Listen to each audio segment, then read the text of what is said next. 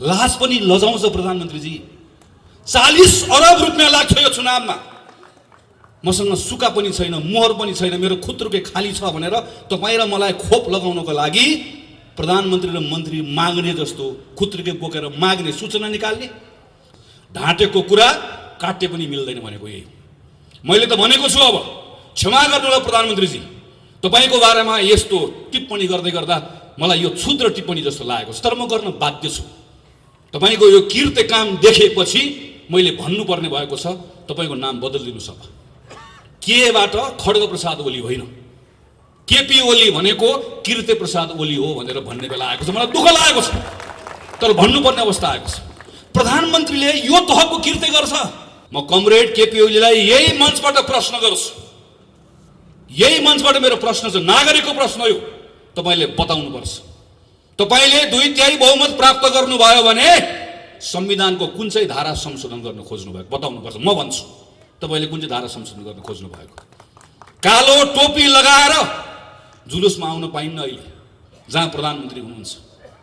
प्रधानमन्त्रीको अगाडि कालो लुगा लाएर उभिन पाइन्न।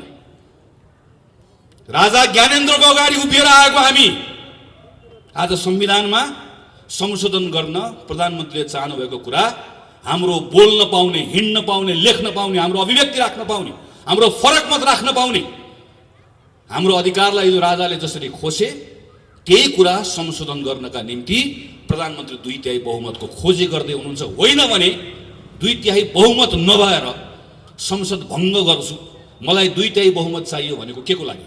राष्ट्रपतिको शीतल निवासबाट षड्यन्त्रको गन्ध आउँदैछ, यो पटक्कै भन्ने मन होइन। बडो सम्मानका साथ तपाईँको नाम लिने इच्छा हो, तर तपाईँको हरकतले हामी भन्न बाध्य भएका छौँ, तपाईँ हाम्रो राष्ट्रपति होइन, तपाईँ केपी ओलीको एउटा गुटपति हो। राष्ट्रपति एउटा गुटपतिमा सीमित रहनु भयो। त्यसैले मेरो त तपाईँलाई आग्रह छ, यत्रो धेरै राजनीति गर्ने रहर छ भने छोडिदिनुहोस् न, आउनुहोस् यहाँ तपाईँहरूको कार्यालय छ यता कतातिर, धुम्मराईतिर एउटा अध्यक्षको कुर्सी खाली छ, 2टा अध्यक्ष हुने पार्टी हो, एउटा अध्यक्ष गइहाल्नु, आउनुहोस् बस्नुहोस्, नेपाली कम्युनिस्ट पार्टीको अध्यक्ष हुनुहोस्, चलाउनुहोस्, तपाईँकै पार्टी हो। तपाईँ पार्टी चलाउनलाई, तपाईँको गुट चलाउन त्यत्रो आतुरता छ, तपाईँलाई देश चलाउने जिम्मा भन्दा त्यो महत्त्वपूर्ण, आउनुहोस्। तर तपाईँले सक्नु भएन। तपाईँहरू हुनुहुन्थ्यो कहाँ? तपाईँहरूमध्ये एकजना पाइलट भन्दै प्लेन चलाउने कुरामा मजाले तम्सेर बस्नुभएको थियो। तपाईँहरूमध्ये एकजना मौका परेको बेलामा माओवादीलाई घचेटेर निकाल्ने हो, हामी पूर्व एमाले एक हुने हो कमरेड भनेर मख परेर मजाले तपाईँ घुम्दै हुनुहुन्थ्यो। तपाईँहरूमध्ये एकजना सर्प पाल्दै हुनुहुन्थ्यो। तपाईँहरू मध्ये एकजना चुनाव हारेर पनि झ्यालबाट छिरेर राष्ट्रिय सभाको लोगो लगाएर तपाईँलाई माननीय हुन हतार भएको थियो। तपाईँहरू सबको नाडी छाम्नु भएको प्रधानमन्त्रीले, नाडी छामिकन हेपेको। तर तपाईँलाई हेप्दै गर्दा देश पनि हेपियो, चिन्ता यसको कारणले गर्दा हो। संसदको अपमान गर्ने अनि अहिले आएर झुट कुरा लेख्ने, झुट कुरा बोल्ने। सरकारको कामको दुष्प्रचार रोक्नका लागि मलाई 2/3 चाहियो। कसले गरे दुष्प्रचार? सरकारको काममा प्रश्न कसले उठायो? सञ्चार माध्यमको साथीहरू हुनुहुन्छ यहाँ, माया नगर्नुहोस्, लेख्नुहोस्, बोल्नुहोस्, भन्नुहोस्, लेखिराख्नु भएको अझै लेख्नुहोस्। म तपाईँलाई पनि आग्रह गर्न चाहन्छु, प्रधानमन्त्रीको सङ्केत को तर्फ हो? तपाईँको कलमको निभ भाँच्न चाहनुहुन्छ, तपाईँको क्यामेराको लेन्स भत्काउन चाहनुहुन्छ, तपाईँले बोल्दै गरेको ओठमा ताला ठोक्न चाहनुहुन्छ, तपाईँ र मैले चाल्दै गरेको कदमलाई रोक्न चाहनुहुन्छ। होइन भने के को लागि? चित्त बुझ्दैन श्रीमान, चित्त बुझ्दैन। चित्त हाम्रो बुझ्नुपर्छ। न्याय गरे भनेर मात्र हुँदैन, न्याय गरेको देखिनुपर्छ। प्रधानमन्त्रीले त खुल्ला भन्नुभएको छ, मैले अदालत मिलाएको छु भनेर। 5 वर्षका निम्ति नेपाल कम्युनिस्ट पार्टीले गाडी हाँक्ने मौका पायो। नेपाली काङ्ग्रेसलाई भनियो, तिमीहरू गाडीको सिटभित्र पछाडिपट्टि गएर बस, हामी थपक्क गएर बस्यौँ। नेकपाले के भन्यो? 5 वर्षको लागि गाडी हाँक्ने सिटमा, चालकको सिटमा प्रधानमन्त्री केपी ओली बस्नुहुन्छ। हामीले भन्यौँ यो तिम्रो कुरा जसलाई राख। 5 वर्ष छ, गाडी हाँक्न पाएका छौँ, पछाडि बस्छौँ, अनावश्यक हल्ला गर्दैनौँ, दायाँ बायाँ गऱ्यौ भने खबरदार भन्छौँ, तर 5 वर्ष थपक्कसँग बस्छौँ, गाडी तिमीले चलाऊ, गन्तव्यमा पुऱ्याऊ भनेर भन्यौँ। बिचबिचमा कहिले दायाँ कहिले बायाँ, कहिले यता कहिले उता गर्दै गर्दा खबरदार गऱ्यौँ, सच्याउनका निम्ति दबाब दियौँ, हल्ला पनि गऱ्यौँ, तर भत्काउने बिगार्ने काम गरेन। गाडीको चालकले के गर्यो? अस्ति केही महिना अगाडि हामीलाई भन्यो, एकछिन गाडी रोक्छु, तपाईँहरू खानासाना खानुहोस्, एकैछिन रोक्छु भनेर भनेको, खाना हामीलाई पठाएर फर्केर आउँदै गर्दा हेरेको गाडी नै भिरबाट झार्थ्यो। गाडी नै बाँकी छैन। गाडी किन झारेको भनेर भनेको मसँग धेरै न्यु खोज्यो ढाल्ने भनेर भन्छ। तपाईँले गाडी यसरी झार्न पाउनुहुन्छ भनेर सोधेको, उसले के भन्छ हामीलाई, गाडी झार्न पाइँदैन भनेर कहाँ लेखेको छ? गाडी झार्न पाइँदैन भनेर लेखेकोले गर्दा गाडी चलाउने जिम्मा पाएकोले गाडी नै भिरबाट ढाल्यो, गाडी नै छैन। अब त्यही कुरा खोज्न हामीहरू आज सडकमा आएको। जसरी गाडी चलाउने जिम्मा लिएकोले गाडी भिरबाट धकेल्न पाउँदैन, त्यसो धकेल्यो भने आफ्नो अधिकारमा नभएको काम गर्यो भनेर हामीले भन्छौँ। त्यसैले प्रधानमन्त्रीले गर्नुभएको यो कामलाई अघि प्रेमबहादुर दाइले भनिसक्नुभयो किन असंवैधानिक हो भनेर। त्योभन्दा अगाडि म के भन्छु भने असंवैधानिक भन्दा अगाडि अनधिकृत हो। बहुमत पाएको प्रधानमन्त्रीले संसद विघटन गर्न पाउने कुरालाई हाम्रो संविधानले चिन्दै गाडी धकेलिदिएको भनेको जस्तै नेपाली कांग्रेसको क्षेत्रीय सभापति राजु श्रेष्ठले गणेश कोइरालालाई तपाईँ नगर समितिको सभापति होइन भनेर भन्नुभयो, वा जिल्ला सभापति सबुज वानियाले भन्नुभयो भने, वा कसैलाई पार्टीभित्र भन्यो भने त्यो बेलामा हामी के भन्न सक्छौँ? विधानमा लेखिएको छैन, विधानमा भएन भनेर भन्न सक्छौँ, वा विधानमा छ भनेर भन्न सक्छौँ। हामी विधानको छलफल गर्छौँ। तर नेपाली कांग्रेसको क्षेत्रीय सभापति राजु श्रेष्ठले नेपाल कम्युनिस्ट पार्टीको नगर कार्य समितिको सभापति रविनजीलाई निकालिदिनु भयो भने रविनजी कुन चाहिँ विधान लिएर आउनुहुन्छ? के भन्नुहुन्छ भने मलाई कांग्रेसको सभापतिले निकाल्नुभयो भनेर विधान भन्नुहुन्छ? त्यो बेलामा उहाँले के भन्नुहुन्छ? तपाईँको अधिकार क्षेत्रको विषय नै होइन, यो अनधिकृत काम हो भनेर भन्नुहुन्छ। प्रधानमन्त्री केपी शर्मा ओलीले गरेको ठ्याक्कै त्यही हो। प्रधानमन्त्री केपी बहुमत प्राप्त प्रधानमन्त्रीले संसद विघटन गर्न पाउने कुरालाई हाम्रो संविधानले चिन्दै त्यो अधिकार दिएकै छैन। संविधानमा लेखेको छ कि छैन? संविधान सभामा तपाईँले जिम्मा दिएर पठाएर आएको सदस्य दुईटै संविधान सभामा काम गरेर आएको, अझ संयोगले दोस्रो संविधान सभाभित्र मस्यौदा समितिमै काम गरेर आएको, एउटा छलफलमा भाग लिएको छु र प्रत्येक छलफलमा भाग लिएको कुरालाई टिपोट गरेर राखेको छु। संसदभित्र त्यहाँभित्र संविधान सभाभित्र भएको छलफलको एउटा रेकर्ड संविधान सभामा पनि छ। नसाको सुरमा छलफल गरेको होइन, सुझबुझ राखेर छलफल गरेको, देशको लागि गरेको। 47 सालको संविधानमा लेखिएको थियो धारा 53 मा बकाइदासँग प्रधानमन्त्रीले चाहेको बेलामा संसद विघटन गर्न पाउँछ। हामीले गर्यौं, सही गर्यौं, गलत गर्यौं, तर संविधानमा लेखेको थियो, त्यो लेखेको कुरालाई प्रयोग गर्यौं। मनमोहन अधिकारीले, सूर्यबहादुर थापाले, शेरबहादुर देउवाले पालै पिलो त्यही धारा टेकेर संसद विघटन गर्ने सिफारिस गर्नुभयो। एउटा अनुभव गर्यौं, त्यो अनुभवबाट एउटा निष्कर्षमा पुग्यौं, नेपालमा संसदीय व्यवस्था चलाउनका निम्ति केही विशिष्ट प्रावधान राख्नुपर्छ। पार्टी आउँछ, बहुमत ल्याउँछ, पार्टीमा झगडा हुन्छ र बहुमत प्राप्त गरेको प्रधानमन्त्रीले पार्टीको झगडाको भारी संसदलाई बोकाइदिन्छ। त्यसैले पार्टीको झगडाको छाया संसदमा पर्नु, त्यसकारणले गर्दा संसदलाई अलग्ग जोगाउनुपर्छ। त्यसका निम्ति एकातिर बहुमत प्राप्त गरेको प्रधानमन्त्रीलाई 2 वर्ष छुन नपाउने व्यवस्था पनि संविधानमा लेखौं, बहुमत प्राप्त गरेको प्रधानमन्त्रीले संसद भङ्ग गर्न नपाउने कुरा पनि संविधानमा लेखौं भनेर लामो छलफल गरेर विद्यादेवी भण्डारी, केपी शर्मा ओली, पुष्पकमल दाहाल, शेरबहादुर देउवा सबैजना भएको संविधान सभाले बनाएको संविधान हो। यो कुनै अलमलै छैन, यो जानेर लेखेको, लामो छलफल गरेर लेखेको। यत्रो कुरा लेख्दै पनि, यत्रो कुरा सबै प्रष्ट हुँदै पनि यदि यो संविधान सभाले बनाएको संविधानमा युगमा नलेखेको कुरा सदर गरिन्छ भने त्यो बेलामा संविधानमा एउटा धारा थपिदिए हुन्छ र धारामा प्रष्ट लेख्दै हुन्छ प्रधानमन्त्री सनक्क सन्किएको बेलामा, रिस उठेको बेलामा संसद भङ्ग गर्न पाइनेछ भनेर बगैँचा लेख्दै हुन्छ। भएको त्यति मात्रै। यो अहिले संसद भङ्ग भएको प्रधानमन्त्री सन्किएर मात्र, यो भन्दा दायाँ बायाँ अरु केही पनि छैन। नपत्ता हेर्नुस्, प्रधानमन्त्रीले राष्ट्रपतिलाई दिनुभएको पत्र एकपल्ट पल्टाएर हेर्नुस्, के लेख्नु भएको छ? उहाँ भन्नुहुन्छ 2/3 बहुमत नभएकोले, 2/3 बहुमत चाहिने भएकोले यो संसद भङ्ग गरेको छु। लेख्नुभयो के त्यो? 2/3 बहुमत किन रे? मलाई संविधान संशोधन गर्नु परेकोले 2/3 बहुमत चाहियो।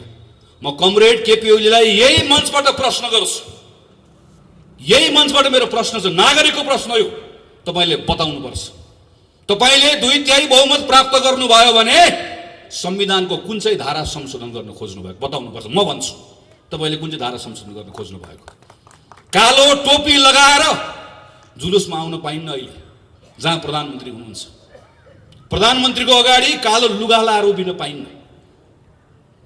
राजा ज्ञानेन्द्रको अगाडि उभिएर आएको हामी आज संविधानमा संशोधन गर्न प्रधानमन्त्रीले चाहनु भएको कुरा हाम्रो बोल्न पाउने, हिँड्न पाउने, लेख्न पाउने, हाम्रो अभिव्यक्ति राख्न पाउने, हाम्रो फरक मत राख्न पाउने, हाम्रो अधिकारलाई यो राजाले जसरी खोसे त्यही कुरा संशोधन गर्नका निम्ति प्रधानमन्त्री 2/3 बहुमतको खोजी गर्दै हुनुहुन्छ। होइन भने 2/3 बहुमत नभएर संसद भङ्ग गर्छु, मलाई 2/3 बहुमत चाहियो भनेको के को लागि?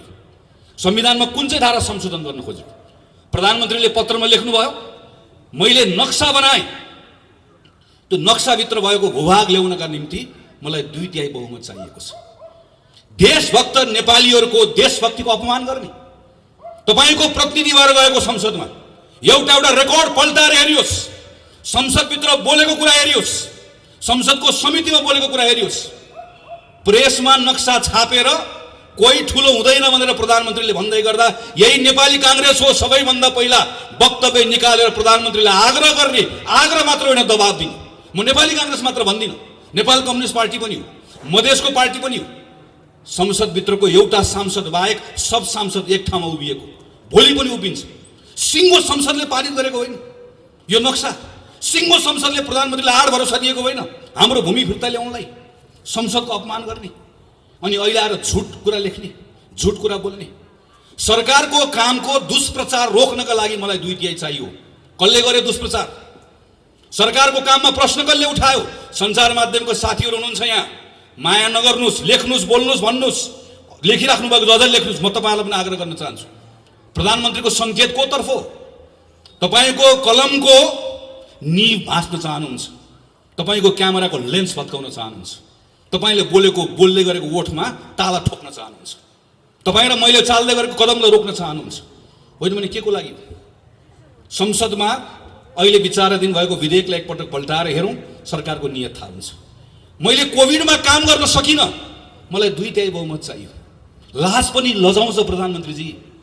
40 अरब रुपियाँ लाग्छ यो चुनावमा, मसँग सुका पनि छैन, मोहर पनि छैन, मेरो खुत्रुके खाली छ भनेर तपाईँ र मलाई खोप लगाउनको लागि प्रधानमन्त्री र मन्त्री माग्ने जस्तो खुत्रुके बोकेर माग्ने, सूचना निकाल्ने, अनि 40 अरब लाग्ने चुनावको भारी हामीलाई बोकाउने, अनि उल्टो पत्रमा के लेख्ने कि मलाई कोभिडमा काम गर्नका निम्ति 2/3 बहुमत चाहियो भनेर लेख्ने।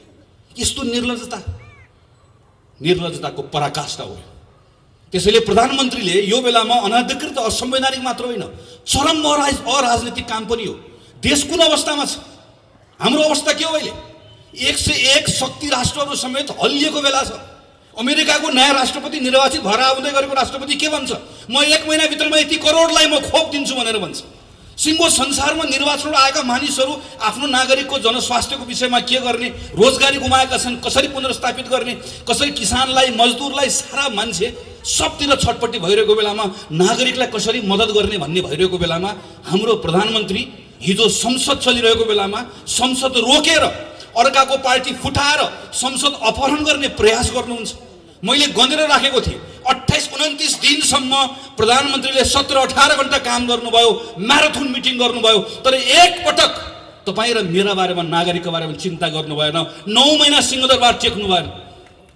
र आज सारा देशभरिका जनता रोग भोग शोकको बेलामा डुबेको बेलामा, यिनका बारेमा सोच्नुपर्ने बेलामा, हाम्रो काँधमा यो बेलामा सांसदहरू सबै त्यो जिम्मेवारी बोकेर हिँड्नुपर्ने बेलामा हामीलाई हाम्रो शिरमा आएर निर्वाचन थोपर्नु भएको छ र भन्नुहुन्छ मलाई 2/3 बहुमत चाहिएको छ। असंवैधानिक पनि छ, अनधिकृत पनि छ, अराजनीतिक पनि छ। यति मात्र छैन, यो किर्ते पनि छ। हामीले हिजो मात्र अदालतको बहस हेर्यौँ, सुन्यौँ। संवैधानिक परिषदको सिफारिस गर्दै गर्दा किर्ते गरिएको कुरा त हामीलाई राम्रोसँग थाहा भएकै थियो, तर हिजो अदालतमा केही नयाँ कुराहरू सार्वजनिक भएको छ। पुस 5 गते प्रतिनिधि सभाको विघटन गर्दै गर्दा संविधानको धारा उल्लेख नगरिकन पत्र पठाइएको छ, फेरि अर्को पत्र पठाइएको छ, अदालतमा गएर पत्र फिर्ता ल्याइएको छ। अहिले त्यसलाई ढाकछोप गर्ने कुरा कोसिस गरिएको छ। ढाँटेको कुरा काट्ने पनि मिल्दैन भनेको यही। मैले त भनेको छु, अब क्षमा गर्नुहोला प्रधानमन्त्रीजी, तपाईँको बारेमा यस्तो टिप्पणी गर्दै गर्दा मलाई यो क्षुद्र टिप्पणी जस्तो लागेको छ, तर म गर्न बाध्य छु। तपाईँको यो किर्ते काम देखेपछि मैले भन्नुपर्ने भएको छ, तपाईँको नाम बदलिदिनुहोस्। अब केबाट खड्ग प्रसाद ओली होइन, केपी ओली भनेको कीर्ति प्रसाद ओली हो भनेर भन्ने बेला आएको छ। मलाई दुःख लागेको छ, तर भन्नुपर्ने अवस्था आएको छ। प्रधानमन्त्रीले यो तहको कीर्ति गर्छ, अदालतसँग गएर, राष्ट्रपतिको कार्यालयमा गएर। अनि म अचम्म पर्छु, प्रधानमन्त्रीको वरिपरि हिँड्ने मानिस हाम्रै नगरपालिकाको पनि हुनुहुन्छ साथीहरू। प्रधानमन्त्रीको वरिपरि तपाईँ भन्नुपर्ने, तपाईँ नाङ्गै हुनुहुन्छ प्रधानमन्त्रीजी भन्नुपर्ने, कुरी कुरी भन्नुपर्ने बेलामा वाह वाह भनेको छ, ताली बजाएको छ, ताली बजाएको छ, उचालेको छ, उकासेको छ, हाँसेको छ, थप्पडी बजाएको छ। अलिकति अप्ठ्यारो लाग्दैन? विवेक छैन? भोलि जवाफ दिनु पर्दैन? म आज सुभाष नेमाको सुन्दै थिएँ, मैले कसको कसको नाम बिर्सेर भन्दै हुनुहुन्थ्यो। नाम होइन कमरेड, तपाईँले संविधानै बिर्सनु, तपाईँले आफ्नो जिम्मेवारी नै बिर्सनु भयो, तपाईँले आफ्नो हैसियत नै बिर्सनु भयो। सुभाष नेमाङलाई थोरै पनि अप्ठ्यारो लाग्दैन? अहिले पनि आज पनि उभिएर आज पनि कुन चाहिँ हलमा कहाँ गएर बोल्दै हुनुहुन्छ, मैले बाटोमा आएर हेर्दै थिएँ। यो संविधान सम्मत छ भनेर भन्न सक्नुहुन्न, अहिले पनि भन्ने आँट छैन। तर पनि आएर यो बेलामा आएर प्रधानमन्त्रीले गलत गरे पनि भन्न सक्नुहुन्न। यस्तो सबै म यसो हेर्छु वरिपरि बसेको मानिसहरू, प्रधानमन्त्रीको टोली। प्रधानमन्त्री त हुनुभयो उहाँको केपी ओली र ओलीको टोली। हाम्रो समस्या यहाँ हो, ओली र ओलीको टोली सँगसँगै अर्को ठुलो समस्या भनेको राष्ट्रपति हुनु। राष्ट्रपतिजी, मैले अस्ति पनि भने कार्यक्रममा, प्रथम नागरिक, हाम्रो 12 आमाभन्दा पनि माथि। राष्ट्रपतिको निवास भनेको शीतल निवासको वरिपरि गइसकेपछि श्रद्धाले शिर झुक्नुपर्ने हो। हाम्रो त्यो सद्भाव हुनुपर्ने हो नि। तपाईँ हामी सबैको प्रथम हिजो राष्ट्रपति कुनै पार्टीमा आबद्ध हुन्छ, राष्ट्रपति कुनै व्यक्ति कोहीसँग नजिक हुन्छ, हिजो काहीँ न काहीँ राजनीतिक पृष्ठभूमिबाट आएको हुन्छ। तर एकपटक त्यो ठाउँमा गएर बसिसके पछाडि, त्यो जिम्मेवारी लिइसके पछाडि त हाम्रो प्रथम नागरिक हो नि। वन्स प्रेसिडेन्ट अलवेज प्रेसिडेन्ट भनेर भन्छ। पूर्व राष्ट्रपति हुँदैन। रामवरण यादव पूर्व राष्ट्रपति होइन, राष्ट्रपति रामवरण यादव। एकपटकको राष्ट्रपति सधैँभरि राष्ट्रपति हुन्छ। अमेरिकामा प्रेसिडेन्ट ओबामा भनेको जस्तै, अमेरिकामा प्रेसिडेन्ट क्लिन्टन भनेको जस्तै हामीले पनि त्यस्तै संस्था निर्माण गर्न खोजेको। तर हेर्नुहोस् त, राष्ट्रपतिको पनि नाम बदलिनु पर्ने अवस्था आयो। मलाई क्षमा गर्नु राष्ट्रपतिजी, दुःख लागेको छ। यो पटक्कै भन्ने मन होइन। बडो सम्मानका साथ तपाईँको नाम लिने इच्छा हो, तर तपाईँको हरकतले हामी भन्न बाध्य भएका छौँ, तपाईँ हाम्रो राष्ट्रपति होइन, तपाईँ केपी ओलीको एउटा गुटपति हो। राष्ट्रपति एउटा गुटपतिमा सीमित रहनु भयो। त्यसैले मेरो त तपाईँलाई आग्रह छ, यत्रो धेरै राजनीति गर्ने रहर छ भने छोडिदिनुहोस् न। आउनुहोस् यहाँ तपाईँहरूको कार्यालय छ कतातिर, धुम्मराईतिर एउटा अध्यक्षको कुर्सी खाली छ, 2टा अध्यक्ष हुने पार्टी हो, एउटा अध्यक्ष गइहाल्नु। आउनुहोस्, बस्नुहोस्, नेपाली कम्युनिस्ट पार्टीको अध्यक्ष हुनुहोस्, चलाउनुहोस्, तपाईँकै पार्टी हो। तपाईँ पार्टी चलाउनलाई, तपाईँको गुट चलाउन त्यत्रो आतुरता छ, तपाईँलाई देश चलाउने जिम्मा भन्दा त्यो महत्त्वपूर्ण। आउनुहोस्, तर तपाईँले सक्नु भएन। तपाईँ हाम्रो राष्ट्रपति हुन सक्नु भएन। राष्ट्रपतिले सम्मान आर्जन गर्ने भनेको त, आस्था भनेको त जित्ने हो नि बाबा। जबरजस्ती गरेर मलाई सम्मान नै भने भनिदिन्छु नि, अगाडि त भनिदिउँला। तर आस्था भनेको त यहाँबाट आउँछ, हृदयबाट आउँछ नि। तपाईँले गुमाउनु भयो। जसरी प्रधानमन्त्री केपी शर्मा ओली र उहाँको टोली, यसको सबैभन्दा ठुलो यो संवैधानिक अपराधको, यसको कुको सबैभन्दा ठुलो यसको जिम्मेवार हो, यसको साझेदार राष्ट्रपति हो। यो परिस्थिति निर्माण गर्नेमा अर्को ठुलो जिम्मेवारी उहाँले बोक्नै पर्छ। त्यो जिम्मेवारी बोक्ने भनेको नेपाल कम्युनिस्ट पार्टीको अर्को टोली हो। मैले आजभोलि उहाँहरूलाई के भन्ने गरेँ, नेपाल कम्युनिस्ट पार्टी कोष्टमा हामी यहाँ छौँ। उहाँहरूलाई त्यसो गरी चिन्न सजिलो हुन्छ। कसरी चिन्ने नभए नेपाल कम्युनिस्ट पार्टी हामी यहाँ छौँ भनेपछि थाहा हुन्छ हामीलाई। जहाँ अहिले आजभोलि लेखेर राख्नुहुन्छ हामी यहाँ छौँ भनेर। मेरो उहाँहरूलाई धेरै कुरा छैन, मैले खालि उहाँहरूलाई केही कुरा स्मरण गराउने मात्रै हो। भेटेर स्मरण गराउने मन छ, दिनहरू मितिहरू स्मरण गराउने मन छ। हामीले संसदमा लडेको बेलामा तपाईँहरू कहाँ हुनुहुन्थ्यो? आज राष्ट्रपतिले यो भन्दै गर्दा कति पटक भन्यो तपाईँको अगाडि संसदमा, त्यो बेलामा तपाईँले के गर्नुभयो? राष्ट्रपतिको शीतल निवासबाट षड्यन्त्रको गन्ध आउँदैछ भन्दै गर्दा तपाईँलाई सत्ताको सुगन्ध मात्र आयो, कहिले तपाईँलाई गन्ध आएन। तपाईँले त्यो बेलामा तपाईँलाई त्यही तातो लाग्यो, न्यानो लाग्यो। हामीले तपाईँलाई कति पटक भन्यौँ सभामुख मात्रै हुनुहुन्छ, उपसभामुखको चयन गरौँ, संसदको बैठक अवरुद्ध गरौँ। उपसभामुख भएको भए आज संवैधानिक परिषदको अवस्था यो हुँदैन थियो। हामीले तपाईँलाई कति पटक भन्यौँ अदालत नचलाउनुहोस्, अदालत चलाउनु भयो। त्यो भन्दै गर्दा तपाईँ कहाँ हुनुहुन्थ्यो? हामीले तपाईँलाई कति पटक भन्यौँ निर्वाचन आयोगको पवित्रतालाई कायम राखौँ। आज मेरो सूर्य कहाँ गयो भनेर खोज्दै हिँड्नु परेको छ। हामीले हिजो भन्दै गर्दा कहाँ हुनुहुन्थ्यो? तपाईँहरू हुनुहुन्थ्यो कहाँ? तपाईँहरूमध्ये एकजना पाइलट भन्दै प्लेन चलाउने कुरामा मजाले तम्सेर बस्नुभएको थियो। तपाईँहरूमध्ये एकजना मौका परेको बेलामा माओवादीलाई घचेटेर निकाल्ने हो, हामी पूर्व एमाले एक हुने हो कमरेड भनेर मख परेर मजाले तपाईँ घुम्दै हुनुहुन्थ्यो। तपाईँहरूमध्ये एकजना सर्प पाल्दै हुनुहुन्थ्यो। तपाईँहरू मध्ये एकजना चुनाव हारेर पनि झ्यालबाट छिरेर राष्ट्रसभाको लोगो लगाएर तपाईँलाई माननीय हुन हतार भएको थियो। तपाईँहरू सबको नाडी छान्नु भएको प्रधानमन्त्रीले, नाडी छामिकन हेपेको। तर तपाईँलाई हेप्दै गर्दा देश पनि हेपियो, चिन्ता यसको कारणले गर्दा हो। तपाईँका बारेमा धेरै कुरा भन्नु छैन, अहिले समयले हिसाब गर्छ। आजको चिन्ता भनेको हाम्रो संविधानलाई हेपिएको छ, देशलाई हेपिएको छ, हाम्रो चिन्ता यो। र संविधानलाई हेपिएको बेलामा, देशलाई हेपिएको बेलामा अरू खुद्रा मसिना कुराको हिसाब किताब पछाडि गरौँला। यो बेलामा प्रधानमन्त्री केपी शर्मा ओलीले गर्नुभएको असंवैधानिक कदमलाई, त्यसलाई खारेज गर्ने कुरा नै सबैभन्दा महत्त्वपूर्ण कुरा हो। र यो खारेज गर्ने कुरामा आज सेन्टरमा को छ? अदालत छ। हामी सबै एउटा विश्वासको आँखको साथमा अदालततर्फ हेरिरहेका छौँ। अदालतले न्याय गर्नुपर्छ, अदालतले विवेक पुर्याउनुपर्छ। अदालतमाथि पनि थुप्रै प्रश्नहरू उठेका छन्। ती सबै प्रश्नहरू हामी सडकबाट खारेज गर्न सक्दैनौँ। अदालतको निर्णयले ती प्रश्नहरू खारेज गरिदियोस् भन्ने हामी चाहन्छौँ। अदालतमा हिजो पार्टीमा आबद्ध भएका मानिसहरू पनि पुगेका छन्, पुग्छन्। म त्यसलाई अनौठो मान्दिनँ, अनौठो मात्र होइन, म त्यसलाई स्वाभाविक मान्छु।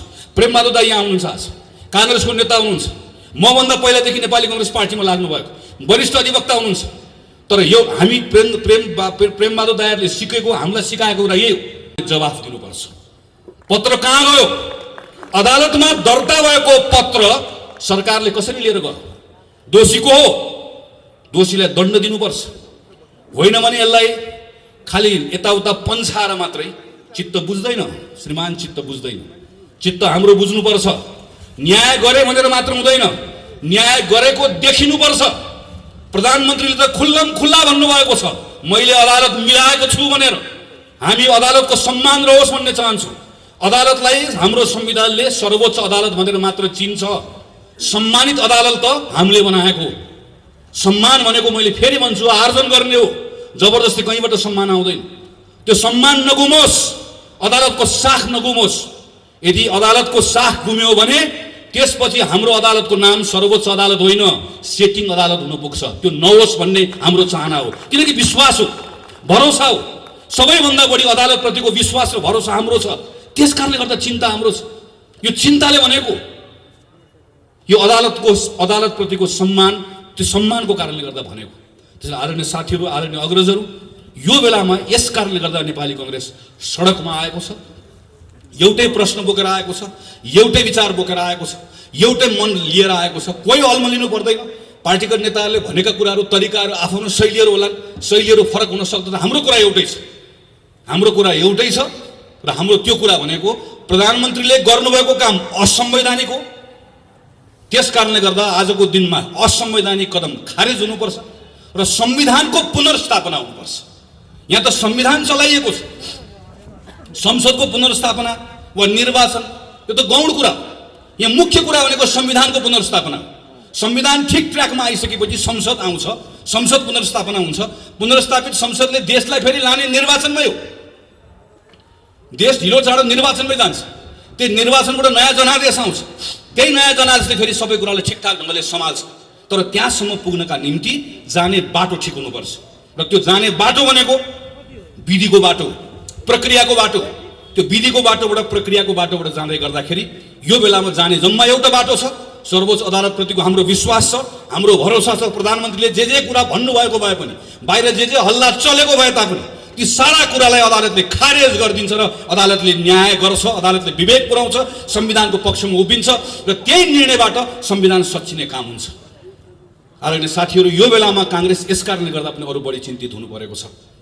किनकि संविधानमाथि प्रश्नहरू उठ्दै गर्दा संविधानको धाराहरूमा त चलाइएको हुन्न, संविधानप्रतिको विश्वास पनि चलाइएको हुन्छ। 15 सालमा संविधान बन्यो, 17 सालमा राजा महेन्द्रको महत्त्वाकांक्षाले खायो। राजा महेन्द्रले महत्त्वाकांक्षा नराख्नु भएको भए आज हामीसँग 60 वर्षको संसदीय प्रजातन्त्रको इतिहास रहन्थ्यो र आज संवैधानिक राजतन्त्र पनि रहन्थ्यो। केही फरक पर्दैन थियो। हामी संवैधानिक राजतन्त्र भएको, संसदीय प्रजातन्त्र भएको, एउटा परिपक्व हाम्रो राजनीतिक आर्थिक संस्थाहरू भएको, लोकतान्त्रिक संस्थाहरू भएको नेपाल एउटा विकासको अर्को चरणमा पुगिसकेको देश हुन्थ्यो। यो पुस्ताको नेपालीहरू काम खोज्नको लागि कतार इजरायल जानु पर्दैन थियो। हाम्रो 30औं वर्ष खेर गयो। 46 सालपछि अघि सभापतिले चर्चा गर्नुभयो, म त 48 सालको एसएलसी दिएको मान्छे। 46 सालको आन्दोलनमा त क्लास 9 मा पढ्थेँ। प्रजातन्त्र जिन्दाबाद भन्दै भन्दै बाहरू सबै हामी पनि हिँड्यौँ। सबै कुरा बदलिन्छ भन्ने लाग्यो। गल्ती हामीले पनि गर्यौँ, कमजोरी हामीले पनि गर्यौँ। महामारीको दुस्साहस, यत्रो मानिसहरू मारे अनाथ, दरबारको षड्यन्त्र, फेरि गयो 10-15 वर्ष खेर। 65 सालपछि फेरि आयो। यो पनि त 12-13 वर्ष भइसक्यो। 10 वर्ष लाग्यो। राजनीतिक सङ्क्रमणको नाममा एउटा संविधान सभा आयो, भङ्ग भयो, यो भयो, त्यो भयो, बल्ल बल्ल संविधान आयो। अब एउटा मान्छेलाई सनक छले भत्काइदिने अब, अनि वैशाखपछि के गर्ने? अब संविधानले त बाटो देखाउँदैन। अनि फेरि अर्को एउटा कोर्समा जाने, फेरि एकपटक फेरि प्रजातन्त्र गुमाउने, अनि अलि वर्षपछि अर्को पुस्ता आउने, अनि त्यो बेलामा फेरि हामी सिनियर हुने, त्यो पुस्ताले आएर फेरि उसले आएर फेरि आन्दोलन गर्ने, अनि आन्दोलनबाट फेरि प्रजातन्त्र पुनर्स्थापना हुने, घुमिराख्ने हामी के अगाडि बढ्ने हो? हाम्रा कति विषयहरू छन्, हाम्रा कति मुद्दाहरू छन्, यी तमाम विषयलाई सम्बोधन गरेर अगाडि बढ्ने होइन। त्यस कारणले गर्दा यो संविधान चलाएको कुरालाई सामान्य रूपमा नलिउँ। म खास गरी तन्नेरी साथीहरूलाई आग्रह गर्छु, जेनेरेसनको कुरा हो यो। मैले देखेको छु मेरो आँखा अगाडि मेरो जेनेरेसन, जसले योभन्दा फरक ढङ्गबाट सायद योगदान पुर्याउन सक्थ्यो होला। गयो नि हाम्रो 15-20 वर्ष, अर्को जेनेरेसनको जान्छ। नेपाललाई यही अवस्थामा राख्ने हो कि अगाडि लिएर जाने हो? म मात्र होइन, हामी सबै चाहन्छौँ, सायद होइन पक्कै पनि हामी सबै चाहन्छौँ हाम्रो जीवनकालमा हाम्रो देश बदलिएको हेर्न चाहन्छौँ नि। हामी यस्तो परिचय भएको नेपाल चाहन्नौँ नि, यो बदलेको चाहन्छौँ, विकासको अर्को चरणमा पुग्न चाहन्छौँ। यसरी पुगिन्न नि। त्यसैले अहिले जहाँनिर यसलाई रोक्ने प्रयास भएको छ, यसबाट बचाउनुपर्छ। हेर्नुहोस्, जब शासकहरू कमजोर हुन्छन् त्यो बेलामा तिनले जनताको भावनासँग खेल्न थाल्छन्। कोही धर्मको नाममा खेल्छन्। हेर्नुहोस् त कहिलेकाहीँ मान्छेहरू त कोही के भनेर आउँछ, जसले हिजो मौका पाएको बेलामा हाम्रो मन्दिरको मूर्ति छाडेन, उसले तपाईँ र मेरो मन्दिर जोगाउँछु भनेर आउँछ, तपाईँ र मेरो धर्म जोगाउँछु भनेर आउँछ। हाम्रो धर्म यति कमजोर छ, अनि हामीले कहिलेकाहीँ लाग्छ हो हाम्रो बा खतरामा पऱ्यो, यसले जोगाइदिन्छ कि हामीलाई लाग्छ। कहिले हाम्रो जात जोगाउँछु भनेर आउँछ, अनि अर्को को आउँछ, कहिले देश जोगाउँछु भनेर आउँछ। नक्सा बनाएको बेलामा म सम्झन्छु, जब भारतले एकतर्फी नक्सा बनायो, हामी सब बोल्यौँ, काङ्ग्रेस कम्युनिस्ट सबै बोल्यौँ। म अहिले पनि प्रधानमन्त्रीलाई आरोप लगाउँदिनँ। प्रधानमन्त्रीले तुरुन्तै नक्सा नबनाउँदै गर्दा सायद देशको प्रधानमन्त्रीले हामीले भन्दा फरक ढङ्गले सोच्नुभयो होला। मैले सोच्नु पनि पर्छ। यसलाई हामीले सडकको विषय बनाएनौँ, हामीले उहाँमाथि दबाब दियो, एउटा आधार उहाँलाई दियो, नक्सा बनायो। आज हामी के चाहन्छौँ, नेपालको जोसुकै प्रधानमन्त्री होस्, अब हामी भारतसँग यो विषयका सन्दर्भमा हामी समान सम्बन्धका आधारमा विषयलाई टुङ्ग्याउन चाहन्छौँ। भारतसँग पनि त्यही हो, चीनसँग पनि त्यही हो, अमेरिकासँग पनि त्यही हो। हाम्रो विदेशसँग हुने सबै सम्बन्धहरू समानताका आधारमा हुनुपर्छ र नेपाल यो ठाउँमा एक ढिक्का भएर उभिनुपर्छ भन्ने चाहन्छु। तर हेर्नुहोस् त, यो विषयलाई कहिले नक्सा बनाएकोले मलाई मेरो पार्टीबाट निकालिदिन खोज्यो, नक्सा बनाएकोले मलाई प्रधानमन्त्री बदलिदिन खोज्यो, नक्सा बनाएको कारणले गर्दा मलाई घेराबन्दी गरेर अलिकति अप्ठ्यारो लाग्दैन? अनि यसो भन्दै गर्दा प्रश्न गर्नु पर्दैन? प्रत्येकले प्रश्न गर्नुपर्छ। हेर्नुहोस्, यही अस्ति मैले हेरेँ, मलाई छक्क पर्छु कहिलेकाहीँ। यही जी टेलिभिजनको पत्रकार हो जसले हाम्रो प्रधानमन्त्रीलाई चीनको राजदूतसँग जोडेर अश्लील शब्दहरू प्रयोग गरेर समाचार बजाउँदै गर्दा हामी हो संसदमा बोल्ने, हामी हो सामाजिक सञ्जालमा लेख्ने, खबरदार प्रधानमन्त्री केपी शर्मा ओलीसँग 1000 असहमति छन्, तर मेरो प्रधानमन्त्री हाम्रो प्रधानमन्त्री हो, हाम्रो प्रधानमन्त्रीको बारेमा लेख्ने खबरदार भनेर लेख्ने हामी हो। मैले लेखेको भाषामाथि त्यो बेलामा गरेको टिप्पणी मैले पनि सम्झन्छु। यसरी नलेख्नुहोस् पछि अप्ठ्यारो पर्ला भनेर लेखेको सम्झन्छु। मैले मात्र होइन, सयौं साथीले लेखे, पत्रकारले लेखे, सबले लेखे। अनि हिजो मेरो प्रधानमन्त्रीको अपमान गर्ने, मेरो देशको अपमान गर्ने त्यही पत्रकारलाई बोलाएर सेटिङ गरेर अनि बालबटार बोलाएर अन्तर्वार्ता दिने, सबले थपडी बजाउने। अनि त्यही पत्रकार भोलिपल्ट गएर फेरि चाहिँ उसले लगेर सर्वत्र फेरि नाङ्गे बनाइदिने सगरमाथामा गएर, अनि फेरि त्यसपछि बर्बाद गरे भनेर भन्ने। सानो कुरामा हामी उत्तेजनामा आउने, बहकिने। त्यो केले गर्छ? कमजोर भयो भने हुन्छ। हामी कमजोर भयो भने हाम्रो भावनासँग खेल्छ, कसैले धर्मको नाममा खेल्छ, कसैले जातको नाममा खेल्छ। आज हाम्रो परराष्ट्र मन्त्री जानुभएको छ, संसद भङ्ग गरेर जानुभएकोले हाम्रो परराष्ट्र मन्त्रीलाई हेपेको छ। यहाँ ठुल्ठुलो कुरा गरेर हो पत्रकारसँग। हाम्रो परराष्ट्र मन्त्रीले भारतको प्रधानमन्त्री भेट्न पाउनु भएन, उहाँबाट आएको जासुसले भेट्छ, जासुसले मास्क लाएर आएर छिरेर भेट्छ हाम्रो प्रधानमन्त्री। यहाँ चीनको जासुसले पनि भेट्छ, भारतको जासुसले पनि भेट्छ। हामीले देखेनौँ, पढेनौँ, सुनेनौँ। तर हाम्रो परराष्ट्र मन्त्री भारत भ्रमणमा जाँदै गर्दा भारतको प्रधानमन्त्रीले भेट्ने समय पाउनु भएन। यसो भन्दै गर्दा खुच्चिङ म भन्दिनँ, दुःख लागेको छ। र यो कुरालाई हामीले मनमा लिएका छौँ। भोलि हामी यसको हिसाब किताब गर्छौँ, हामी मिलेर गर्छौँ भन्छौँ नि। हामी यसलाई हाम्रो घरभित्रको हाम्रो जनमत निर्माण गर्ने कुरामा प्रयोग गर्दैनौँ, गर्नु पनि हुँदैन।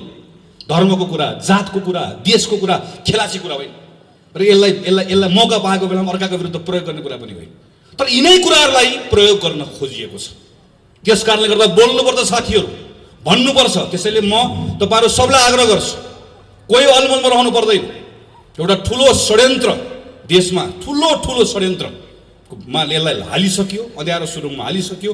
मैले त सुनिरहेको छु, प्रहरी चलाउने, सेना चलाउने थुप्रै हरकतहरू अरू केही दिनमा गर्न खोजिँदैछ भन्ने कुराहरू सुनिराखिएको छ। यी सब कुराहरू हामीले रोक्नुपर्छ।